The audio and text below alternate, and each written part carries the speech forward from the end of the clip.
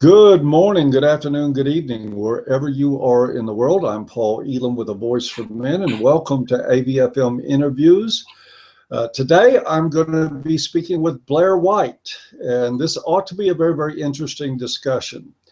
One of the things that we note in the gender political divide is that it does seem to be divided along gender lines. In other words, most MRAs you'll find will be male, and most feminists you'll find will be female.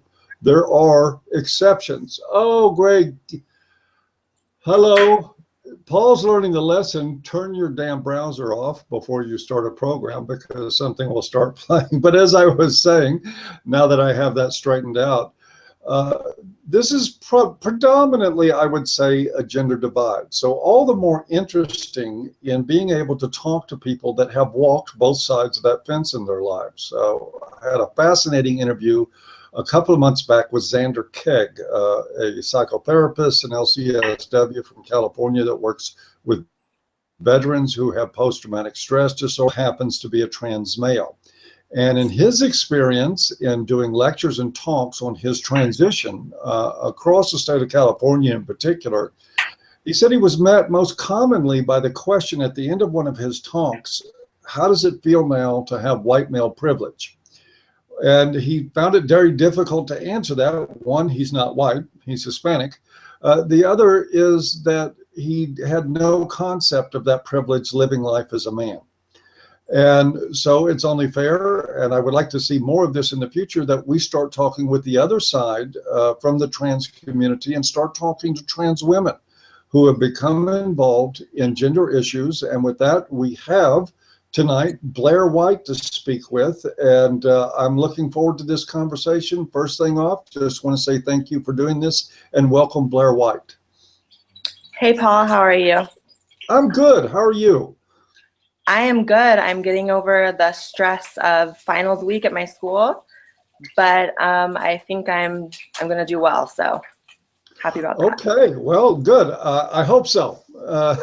Education first, all the rest of this stuff second. But I'm glad you're nearing the end. Are you in your senior year?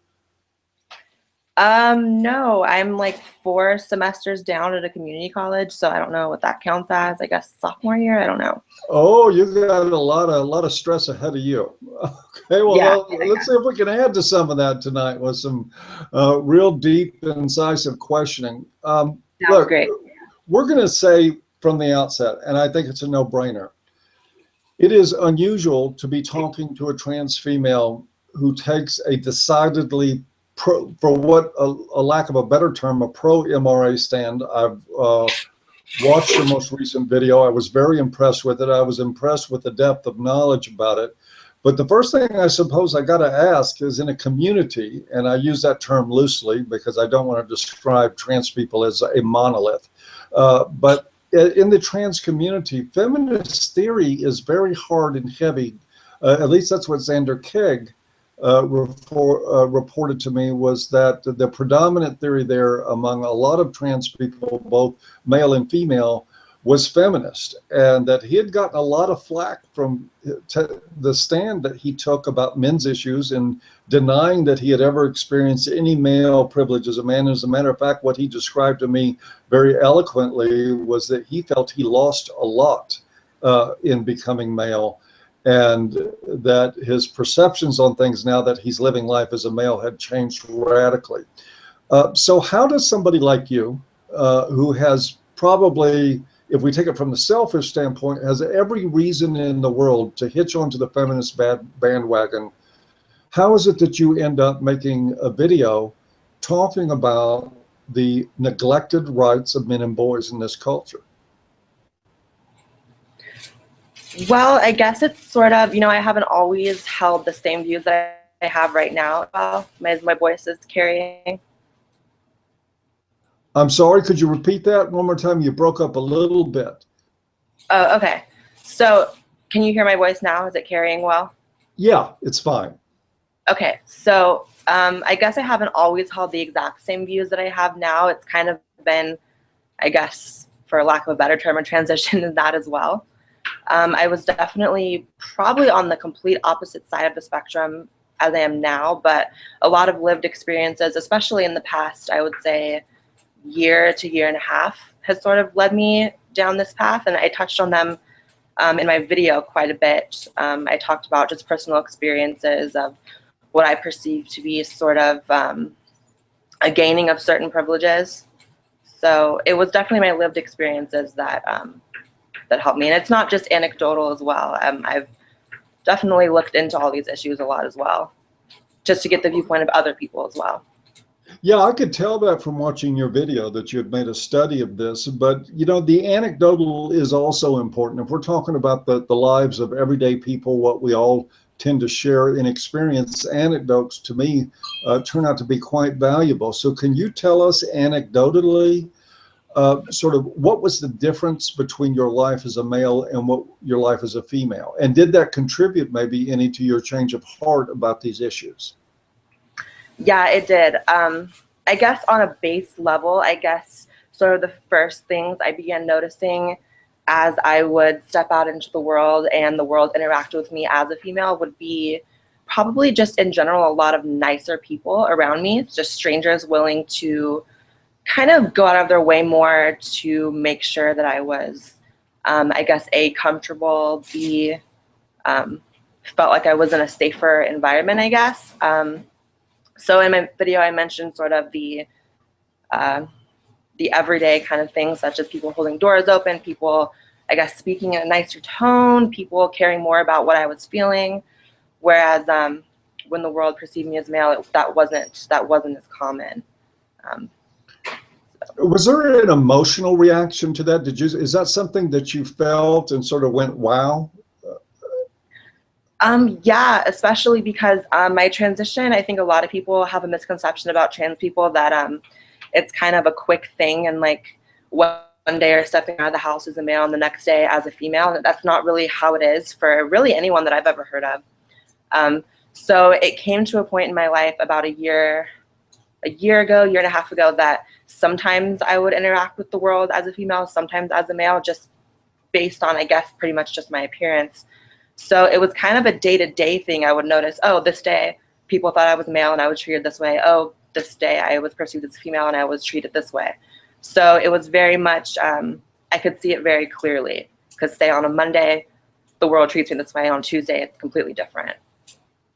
Okay, it makes a lot of sense that you go from the experiential aspect of being male versus being female, and you see the difference. And in fact, that what MRAs have known forever and ever is that in general, the world is a lot more accommodating and nicer to women than it ever has been to men. The expectations on men is to sacrifice and give up, and the expectation is that what they sacrifice and give up is generally given toward women or children in one way or another. I guess what I'm looking for here is, was there a period in time when the difference in treatment you experienced caused any sort of internal conflict about the feminist beliefs and ideals that you had carried for so long, perhaps as a male? Oh, absolutely. Absolutely. I had always sort of not really bought into the feminist narrative. I think there were aspects of it that I definitely believe to be true. And even today, sometimes I'll hear a thing or two that I'm like, yeah, that's true. But definitely the way I was treated began in my mind kind of causing me to be like, well, actually most of it is bullshit, to be honest. You know, I think there's a certain feminist narrative of women are kind of stomped on by society and held down, and I guess in general just treated bad by men, and it's not been the case for me at all. So that was a moment where I was like, okay, maybe I need to kind of rethink how this works. I wonder what you think it is, and this is not pointing a finger at you, because I think what you're doing is you're describing the experiences, the thoughts of most people in general when they really examine these issues. What do you think it was that prevented you from seeing that before you transitioned?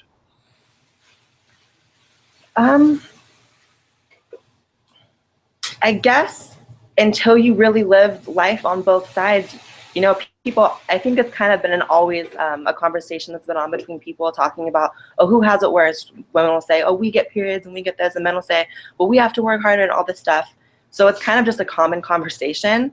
And I think until you truly make that transition and can really say, okay, I've experienced both, then you don't completely know. And that's why I think trans people are particularly valuable in this conversation, because we do have the experience of both, most of us.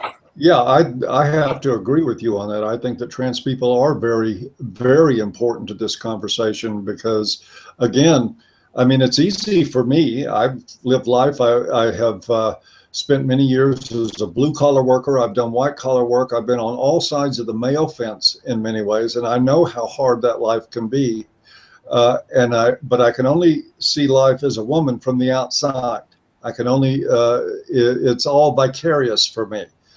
Yeah. But so far, and consider this an invitation to any trans people who feel differently than what Blaire is talking about and what I'm talking about. If you would like to come on this program and speak with me, I would be happy to do it. But so far, all the trans people that I have been willing to talk to me have said essentially the same thing. The trans male that I interviewed said that when I made the transition, when it was over, I felt alone and out of place, and like nobody gave a damn. People quit asking me how I was doing. They just didn't seem to care. While when I was a woman, and he described himself as a really big, dykish, man-hating, feminist lesbian, the people asked him regularly back then how he felt, how he was doing, encouraging him to continue his life struggles and work. And the moment that he came out as fully identified as male and appearing as male, all of that dried up. Every last bit of it went away, and people started asking him how it felt to have privilege. I would imagine, although I can't speak for Zander, that might have been a pretty hurtful experience. Yeah, I could see that. I mean, thinking of my own experience and kind of the new side of society and culture that I experienced through transition. I mean, if I were to go from that and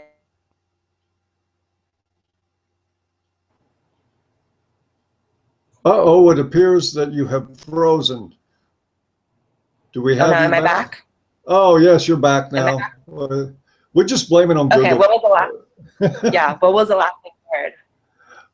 Well, the last thing that I got was just you were just sort of reiterating what we were talking about in the difference in experience and walking one side and down the other.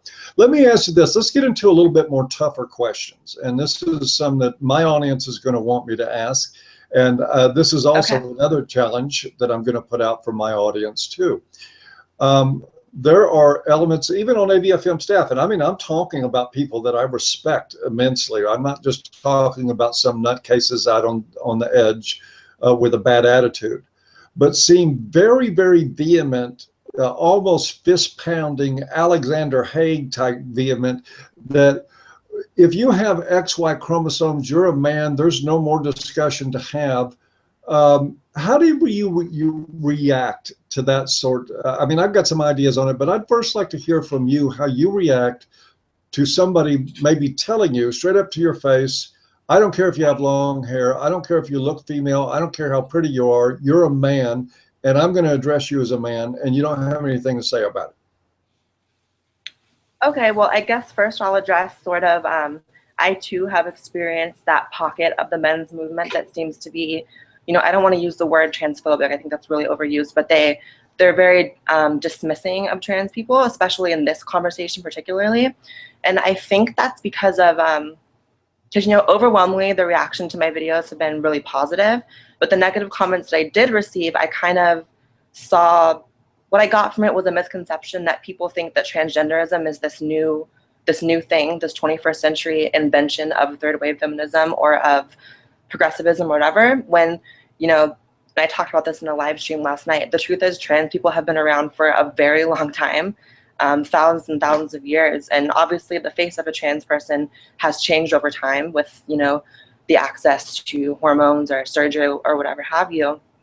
But we're not new, and we're we weren't spawned from feminism by any means. I guess the only thing new would be sort of progressivism latching on to us and sort of politicizing our identities, I would say. But as far as the chromosome thing, you know, it's not really, I don't care if people would look at that and say that you're a man or whatever. You know, other people don't really affirm my gender identity.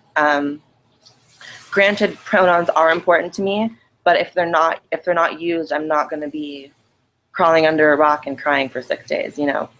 So. Well, that's good to know. I always find it interesting that most of this rhetoric, and again, I'm not using the word transphobic either. I think that word is beat into the ground. There's certainly some ignorance out there about the issues. There's some fear about the issues.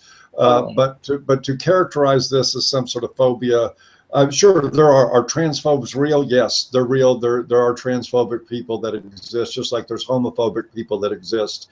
But I think it's kind of, it beats a dead horse, and it dilutes the meaning of the word. Every time we hear an objection raised, we point a finger and say homophobe or transphobe.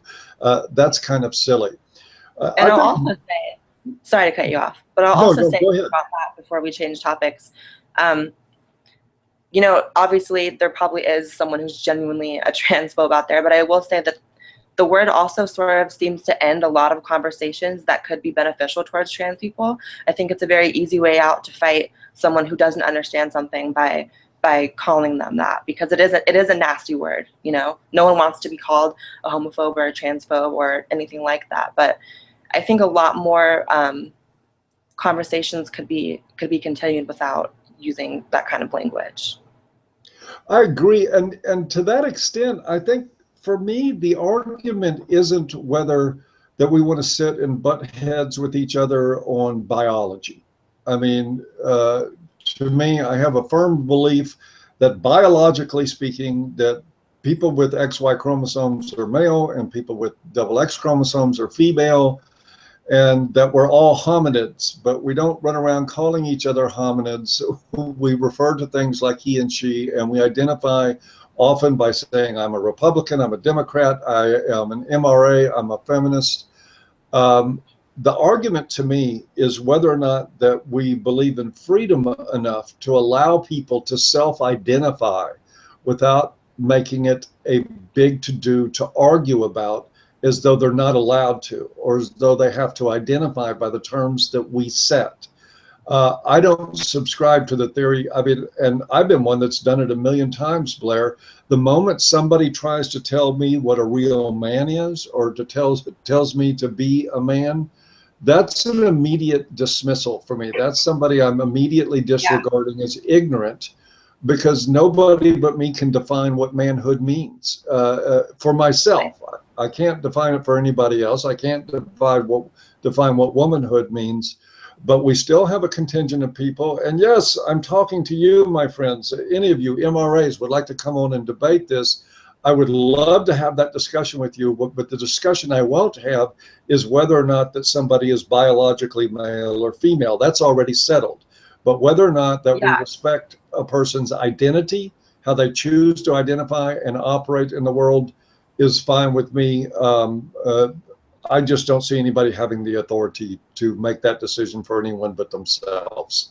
Absolutely. And I'll say that to kind of go off of your the man up or the be a real man sort of thing, you know, growing up biologically male, I did hear from, whether it was my father, even my mother, from just people, I always heard the man up, especially because I was naturally an effeminate child. You know, that's something that I did hear.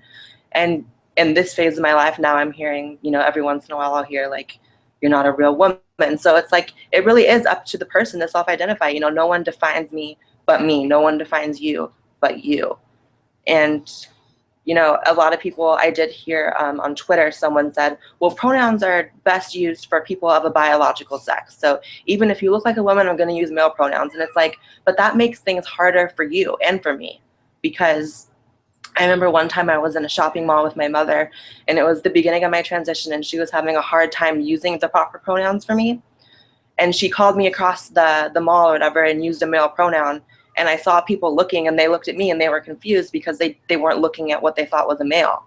So it actually complicates things when you insist on using pronouns that just don't fit. How do you feel, by the way, about the alternative pronouns? Oh my God. Listen, I think if we're talking about those like zer, z, zim, yes, I'm afraid I am. Listen, I think it takes a true special level of entitlement and narcissism to expect that everyone changes the way they speak around you and uses these alternative pronouns. I mean, I'll do my best to respect someone who really wants that, but I'm not going to go out of my way to be around you very often because I can't remember to use their pronouns. It's just not the way I speak, or anyone speaks, really. Okay, let's move on. I mean, again, I'm trying to find a place to disagree with you. It's been kind of hard so far. Let's try another one.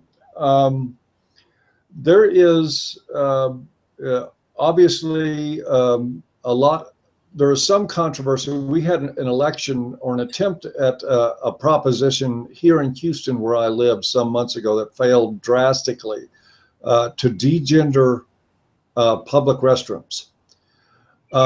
It's a tough, tricky question. Do we say, hey, she's a woman, she goes into the woman's restroom? Or what about the women who say, look, I'm not comfortable with somebody who just calls themselves a woman entering my space in a female-only restroom? What are your thoughts on that? Yeah, the restrooms can be tricky for some people. I found personally I've never had any problems going into the women's restroom. I actually used the women's restroom before I transitioned, and I never had any problems with that.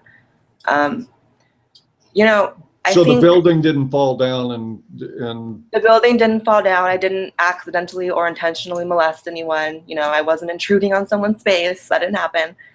But I will say, I think sometimes gendered bathrooms are a little bit overkill. Like one time I was in a gas station, and there was a men and women's bathroom.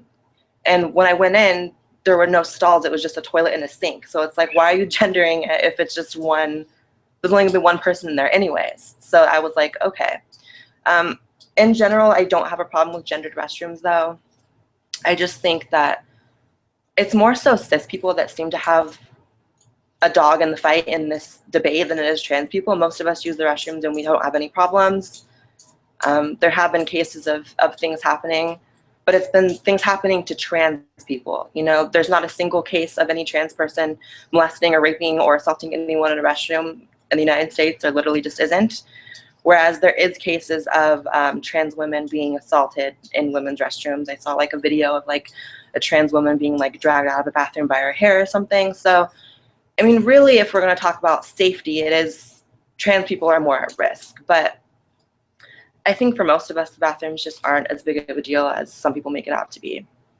I think you're probably right. I think it is probably the heterosexual population that has the most issue with it. I know that proposition here in Houston was, I mean, it was just trounced, 63, 64% opposed. And there was a lot of course, the politicking around it was more right-wing, religious conservative kind of stuff meant to stir up fear in people. But this should be something, in my opinion, that MRAs understand. I mean, after all, we still live in a world where if I'm on a plane and I happen to be seated next to a child under 12 years old that is not mine, the airline will probably force me to move out of the seat that I paid for because they see me as a potential threat to that child. That's going on a lot of airlines right now. And I think it's honestly the same kind of mentality goes into this, that when we see just the rush toward, oh my God, you don't mean you're actually going to let a trans person into a public restroom that's, you know, consistent with their identity. We see the same thing happening to men across the board. There's an assumption of something perverse, something wrong there, and something that the general population needs to be protected from. Yeah. when you are in public, let me ask this. And one thing I won't ask about, I don't ask the trans people I talk to, I don't ask them where they're at in their transition. I don't ask them about their sexual orientation. I'm not interested in that because I see those things as irrelevant. But I will ask you, do you feel like you're getting connected in a more full and rewarding way with the feminine world at this point? Are you asking if I've been able to integrate into the female Well, culture? not just integrate. Let me qualify the question a little bit more. Again, and it may be different for trans males. In talking to Zander Keig, what I found was that the whole ambition was to be a man. That was the deal. Was the desire was to be male and to be accepted in the world as a male and to fit in that. And he still admitted that he was having a lot of difficulty traversing the masculine landscape because it is a lot more complicated than people want to ever think that it is. Being male is not a bed of roses. It's not easy in some ways. And his fitting as a trans male into the world of men at large proved to be a whole lot more difficult than he thought starting out. And I just wondered if that in any way reflected some of your experience.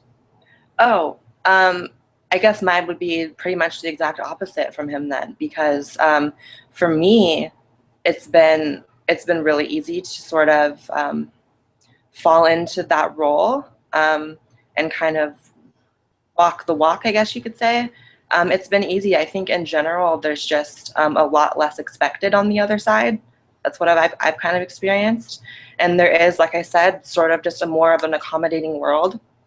And with that comes, you want to accommodate someone, you don't want to ask much of them. You want to make someone comfortable in your home, you're not going to ask much of them. So that's kind of what I've experienced. Well, and that would make sense to me. So do you think it's fair to say that the transition for male to female trans people might be a bit easier than for female to male?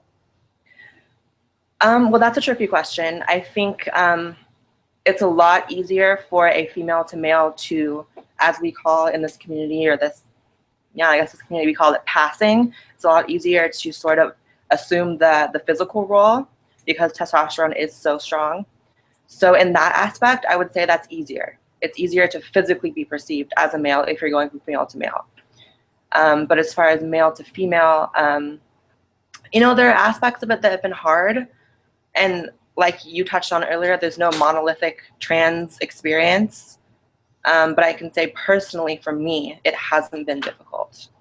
Okay. And I can attribute that to, I come from a good family. I have a certain amount of financial security and I live in a relatively safe area. I have a strong support system of family and friends. All of those things go into it as well. But I do credit myself to working towards, the goal of transition. So now that you are at least well into your transition and you have support, you have a community around you that allows you to be who you are, Bettis, I got to come back to the question again.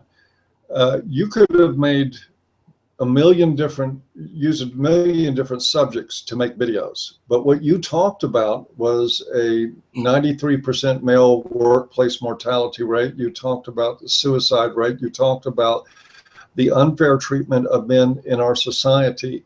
And I'm not trying to imply that there's anything strange about that. I've been talking about those things all of my adult life, and I think it's a great subject to address. But you've got to admit, it would seem to be one of the least likely things for you to pursue at this point. You could have been talking about your transition, about trans female issues. You could have been talking about a whole lot of things. Yet here you are as somebody who left life as a male, living as a woman now, and talking very stridently and doing the research to back it up about what's happening with men in this culture. Why do you care about men in that way? Well, I do plan on making more videos about strictly trans stuff. But as far as the men's issues, I think it's just because they literally aren't talked about, you know? They just don't get the same kind of platform. People just don't, I guess they don't care. And I wanted to definitely highlight some of those things. And a lot of people, especially people that I know, just to give you guys kind of a background on kind of my social circle, a lot of my people in my social circle do identify as feminists. They're very progressive, very liberal. And so those conversations are never had. You know, it's always the other side that's talked about.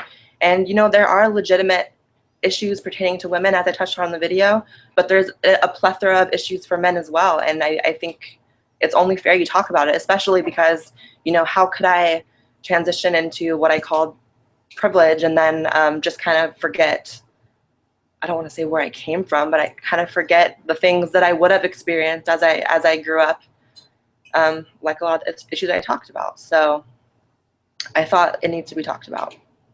Do you think it's possible that maybe some of your earlier experience, because I'm going to assume at some point that you've had periods, especially in younger life, where you might have felt like a bit of an outcast, or at least different from everybody else. Do you think that might given you a little bit of special sensitivity for the underdog? Yeah, I think definitely. I think trans people in general are kind of the underdogs of society, and I definitely lived, you know, as an underdog during my childhood, my teenage years, and I'm kind of used to that feeling of like my issues not being talked about. So I think it was important to talk about. Okay, so what do you plan to do in the future? I mean, you've got an articulate voice, you're informed about the issues. Is this pardon the expression, is this something you're doing more as a hobby right now, or are you interested in becoming an activist around these issues? Well, if you would have asked me before I made my video, I probably would have just said, you know, I'll talk about it, but it's not that serious to me. Now that it's been spread around and people have kind of requested that I keep talking, I think I'm going to. So I do plan on taking it more seriously. I'll count my name among the voices that would like to see you continue this dialogue and more. I think it's especially important because the perception is, I mean, and let's face it, the perception is that the trans female community is hostile toward men. And again, I use the word community loosely. We both acknowledge this is not a monolith we're talking about.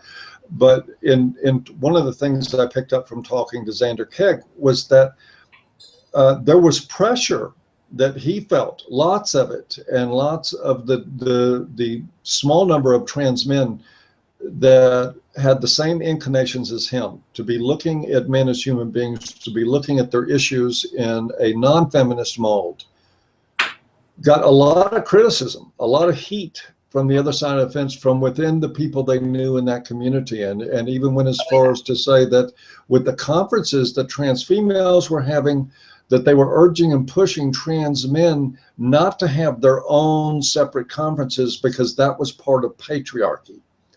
Absolutely. Are you concerned about some of the blowback that you might get from dealing with these I've issues? already gotten some. I definitely, like I touched on earlier, my social circle is predominantly very progressive, a lot of feminists. So I have felt sort of a strain on certain relationships. I've had friends try to challenge me and kind of use some personal attacks, which is disappointing because I'm just speaking my mind. But there's definitely a push against discussing men's issues in general for anyone, not even just trans people. If you talk about it, you're going to get a blowback.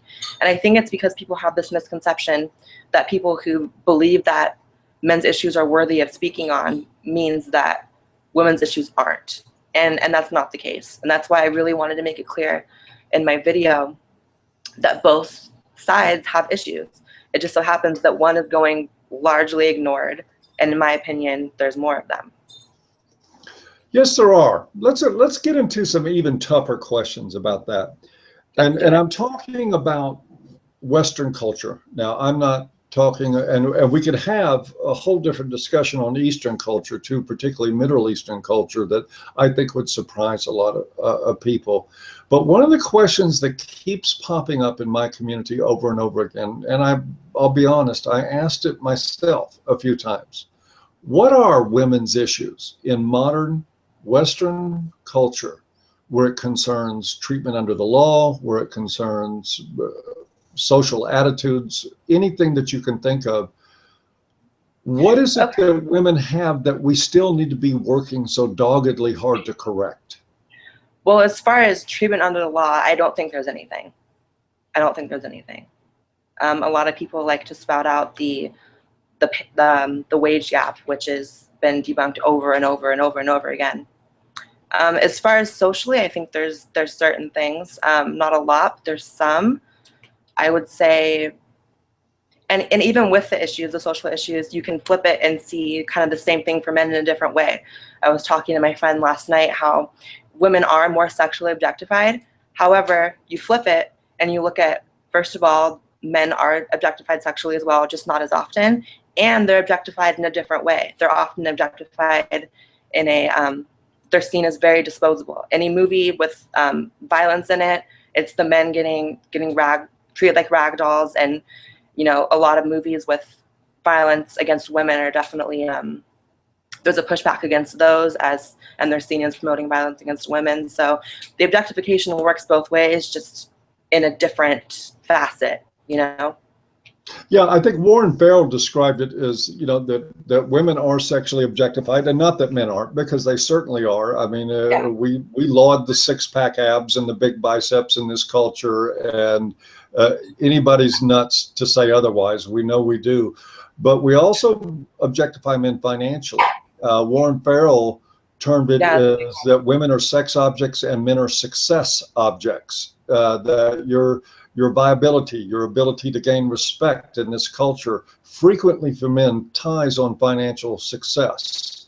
So everybody's objectified. I guess what I'm looking for, and what I've constantly been looking for, because here's the dilemma for MRAs. We are egalitarians. We believe in human rights for everybody across the board, regardless of sex, gender, sexual orientation, anything. We believe in that.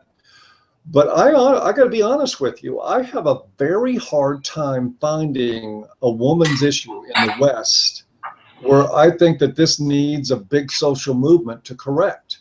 And I just want to know if you think I'm wrong about that. I don't think you're wrong. I think there was a time in history where the feminist movement was necessary, and where a strong women's movement was definitely needed to change a lot of things. I think it's largely been successful, and I think where you do see things happen to women, it's just the kind of little crumbs that are left over, which can be corrected very easily and are constantly corrected. So I think we kind of have moved on from it. So how do we approach this in a way that, because again, I'm saying without compunction whatsoever, that what I would like to see is a society that treats all human beings equally under the law, number one. I mean, it's changing social attitudes is a different animal, and that takes time. And usually it's cultural and social changes that precede legal changes. So there's still maybe some mind changing that needs to go on about here. But it's very difficult for MRAs to assert their platform without looking like they're only male centric. Because there are so few women's issues, like if women couldn't vote, or if women couldn't get jobs, or they couldn't get educated or own land, or there were no services for them available if they were in abusive relationships, then we would have plenty to stand up and talk about for women. But we're sort of running out of problems to fix, and now what we're hearing is that, well, we need to fix man-spreading on subways, and then we can talk about men's issues. Yeah, I think that's a telltale sign that, you know, feminism has been successful if kind of the main things they can talk about are man-spreading and mansplaining and just these trivial, inconsequential things. So yeah, that's definitely an indicator that there's really not that much to talk about. Let me get you to guess at something you probably can't guess at, but do you know a fair amount of trans men and women? Yeah, I do. I know a lot. I live with one. I have kind of always been involved in the LGBT community just growing up because that was where I found my friends, which is how I sort of came into this circle of, as I said, a lot of progressives. So yeah. So in those people that you know, what do you think it will take to get 1 or 2% of them to start reconsidering that? One, I mean, and I'm of the very strong opinion that feminism has done with transgender people what they've done with gays, which is to say, as long as we can walk you around like a poodle and make you look pretty and say that we're for you, and as long as you toe the feminist line, then we're going to include you in our efforts for equal rights for everyone. And of course, they end up not doing that, as they've done with the gay community. How do we reach into the transgender community with this dialogue that you and I are having right now? Okay, well, I think I totally agree with that, the poodle walking thing. I totally agree with that. I think what it's going to take is really showing trans people that third wave feminism and progressivism is seriously shooting us in the foot right now. I did a live stream last night with my friend where I talked about this group called the Transgender Project, and they broke a story about a 52-year-old man who is living as a 6-year-old girl, and he has a fetish, and he has been adopted by a family who lets this 52-year-old man play with their daughter. And that's obviously a very bizarre and disturbing story. And then I looked at, well, who broke this story? Who's packaging this as a transgender story? It was the Transgender Project. And so I said, let me look at their mission statement. Is this are they trying to promote freak shows, or is this trying to help us? And I don't have the direct quote of their mission statement, but it said stuff about celebrating, promoting, shining a light on trans stories of triumph and of courage. And I was like, can someone point to me the courageous part about leaving your family to live as a 6-year-old girl and living out this this weird fetish fantasy? I mean, so you have binding two parents that were crazy enough to let that happen. Yeah, absolutely. And so you have this progressive media, which is supposedly supposed to be, you know, uplifting us and making people understand us, and it's really shooting us in the foot. So I think if people start to see that and start to do what I did and looked at how hypocritical that is, that could help. But I mean, I don't know. I'll say that I know one other trans person who isn't severely drowning in the Kool-Aid, and that's my friend who's just an online friend. So I don't know. Okay, I wonder if there's much discussion in that community about people like Sheila Jeffries and other rad femmes who make no bones about, I mean, you want to talk about real transphobia? It's there, and that is in an element of the feminist community, not in the men's rights community. Oh, absolutely. Totally. And are these feminists ever even discussed when it comes down to like GLBT, which is a term that feminists have co-opted completely and made their own? Is there discussion in the trans community about the rad femmes who, well, matter of fact, we were instrumental in helping get one rad femme group kicked out of a conference hall because they refused to allow trans women or trans men attendance, which was in violation of local law in the UK. And we had people that actually went to that facility in advance of the event protesting, and they ended up terminating it. I know that there were a lot of members of the trans community that protested it, but I'm wondering if they're making the connection. And because sometimes I just want to grab them by the collar a little bit and say, hey, these are feminists. This is feminism in action, showing you their true colors. And mainstream feminists are sitting by silent while this happens. Yep, I'll totally agree with that. There is a strong element of transphobia that I've seen in feminists. The only hate comments I've gotten on my video so far were from feminists who kind of accused me of, I guess the tone was infiltrating womanhood or infiltrating women's space. And I guess it's just interesting to see how, you know, the men's movement and people who aren't feminists are sort of, they get this rap of being, I guess, ignorant and I guess transphobic and misogynistic, and it has not been the case for me.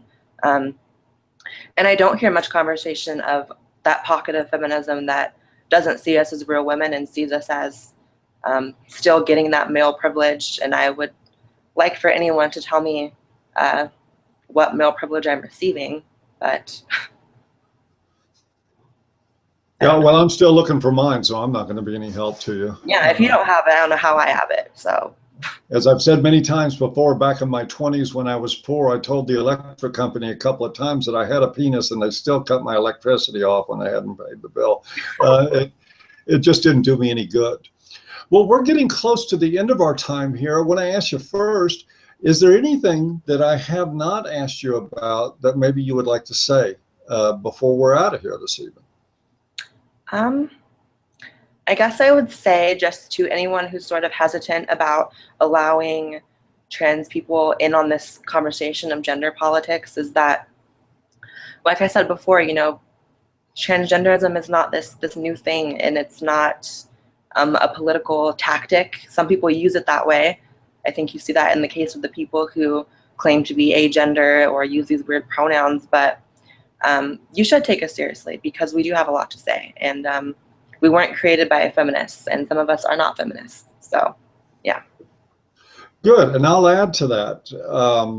A Voice for Men has a 6-year history of inclusivity of anybody who wants to address the issues faced by men and boys. We don't have a gay arm, even though we have many gay writers. As a matter of fact, we're getting ready to publish a book by one of our writers who happens to be gay about why gay men don't need feminism. That'll be coming out in the near future. We're inclusive of all races. We're just, matter of fact, I don't have to give all the different ways we divide ourselves. I can just say that we're inclusive. And anybody from the trans community is always welcome to publish on AVFM, to publish articles, as long as they're relevant to the issues that we're discussing about. You belong in the men's human rights movement, and we're glad to have you. For those who have qualms with that, we understand, and you are welcome to make your decisions accordingly. But the policy of ABFM is that everybody's included, everybody's welcome, everybody's equal, everybody's voice will be heard. The only thing that we won't entertain at A Voice for Men is bashing of either sex gratuitously. Critique one thing. God knows, I write a lot of critiques about men and women in this culture, but it's meant to be constructive, even if it's provocative. But if you just want to bash people, not the place for you. If you want to speak in your voice about issues that are being faced by boys and men in this culture, and ultimately that are faced by women and everybody else, because I'm sorry, folks, we're human, we're a pair bonding species, we're connected by family, we're connected by love for each other, we're connected by friendships. There's no such thing as issues that hurt one person and doesn't hurt other people. So if you want to talk about that, we want you there. Blaire, it's been an absolute pleasure speaking with you tonight. Really appreciate the good work you're doing. I hope that you do continue to make these videos. This one will be up, by the way. I'll be linking to Blaire's YouTube channel. Go there and subscribe to her. Give her some support that way. Make your feelings known in the comments. This will be a mega feature at A Voice for Men within an hour. And I hope we can do this again sometime. Yeah, thanks so much for having me. It's been a pleasure, and for that, also, folks, if you want to help A Voice for Men bring you programming like you will never, ever see anywhere else, which we do and have been doing for 6 years, please visit the link in the low bar to our Patreon page. It will be up in a few minutes, and maybe give us something in the tip jar. Just $1 or $2 per video goes a long way, helps us really continue to produce this stuff in volume, which we've been doing more than anybody else. With that, I want to wish Blaire, you and everybody else a good night, and we'll see you next time. Bye, guys. Bye, Paul. Bye-bye.